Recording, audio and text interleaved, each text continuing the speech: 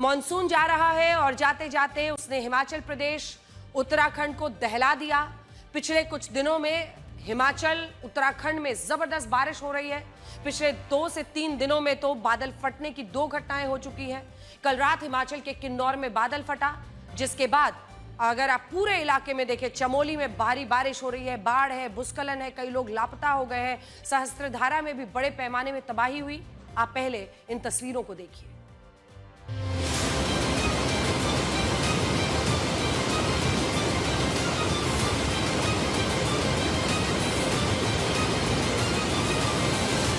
नंदानगर जाने वाला जो मार्ग है उसे पूरी तरह से तहस नहस कर दिया है। वहीं जो नंदानगर के 5 तोकों में बादल फटा है, ये पूरी सड़क, यहाँ पे सड़क थी जो अब बह चुकी है। लोग किस तरह से जान को हथेली में रखकर यहाँ से आ रहे हैं। देखिए तस्वीर, ये वही नाला है जो रात को उफान के बाद पूरे विकराल रूप में बहा।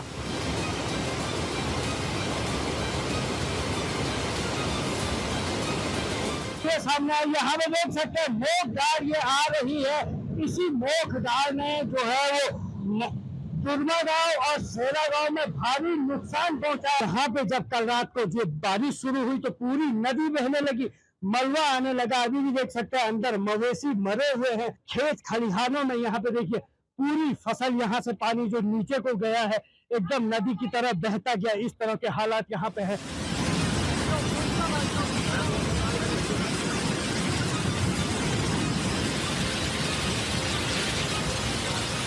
ये वो घर है जहाँ पे 3 दिनों के बाद शादी होनी थी। पूरी तैयारियां जोरों पर यहाँ पे हो रही थी। सारे मकान, पूरा घर एकदम ध्वस्त हो चुका है।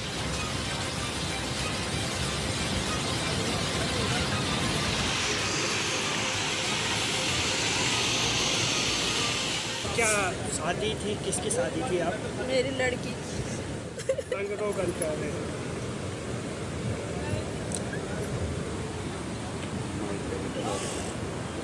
आप रो मत,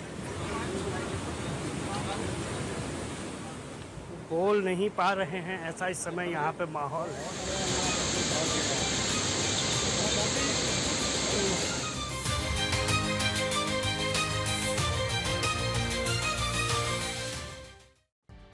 पेड़ की कटाई और सैलानियों की संख्या को लेकर हमें भूटान से सीखना चाहिए। भूटान भी हिमालयन रेंज में बसा है। आपको ये जानकर हैरानी होगी कि भूटान की गिनती उन देशों में होती है जहां की जो हवा है वो बहुत साफ है, यानी वायु प्रदूषण ना के बराबर। इसके 2 कारण हैं। पहला, भूटान ने पेड़ों की कटाई को नियंत्रित किया, जिससे हवा साफ रही, पहाड़ मजबूत बने रहे। दूसरा कारण है सैलानियों की संख्या नियंत्रित करना।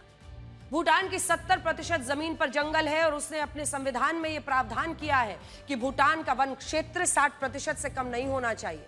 यानी जब भी पेड़ काटने की जरूरत होती है तो उससे पहले से ही पौधे लगाने का कार्यक्रम चलाया जाता है, ताकि वन क्षेत्र किसी भी तरीके से अफेक्ट ना हो, कम ना हो।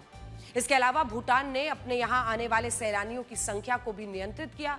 हालांकि इसकी कोई निश्चित संख्या तय नहीं की गई है, लेकिन सैलानियों को अपने स्टे के लिए हर दिन कुछ पैसे वहां देने होते हैं। इसकी वजह से बहुत कम सैलानी ही भूटान आते हैं। यानी जो राजस्व है वो रेवेन्यू को भी बैलेंस करने के लिए, अगर आप वहां रह रहे हैं तो आपको एक्स्ट्रा पैसे देने होंगे। देखिए, भारतीय पर्यटकों से यहां पर फीस के तौर पर प्रतिदिन 1200 रुपए लिए जाते हैं अगर आप भूटान में रहें, एक दिन का 1200 रुपया, और अन्य पर्यटकों से प्रतिदिन के 8824 रुपए। तो भारत के लिए तो रियायत है, लेकिन बाकी लोगों के लिए 8000 रुपए से ज्यादा पैसे हर दिन के लिए वहां पर टूरिस्ट को देने पड़ते हैं। जो लोग ये पैसा चुकाने में सक्षम है वो भूटान आते हैं। इससे संख्या भी नियंत्रित रहती है। इसके अलावा भूटान ने ये भी नियम बनाया है कि सैलानी पूरे देश में यहां वहां नहीं घूम सकते, बल्कि उन्हें कुछ निश्चित जगहों पर ही घूमने का परमिट दिया जाता है। इससे क्या होता है? इससे आप ट्रैफिक को कंट्रोल कर पाते हैं। आप ऐसी दुर्गम जगहों पर जहां पर पहाड़ों को नुकसान पहुंच सकता है, पेड़ काटे जा सकते हैं, वहां पर आपको रास्ते बनाने की जरूरत नहीं है। इसमें भूटान की सुंदरता, स्वच्छता भी बनी रहती है। भारत के पहाड़ी राज्यों को बचाने के लिए वहां भी इस तरह के कुछ नियम बनाने की जरूरत है, ताकि इनकी सुंदरता बनी रहे।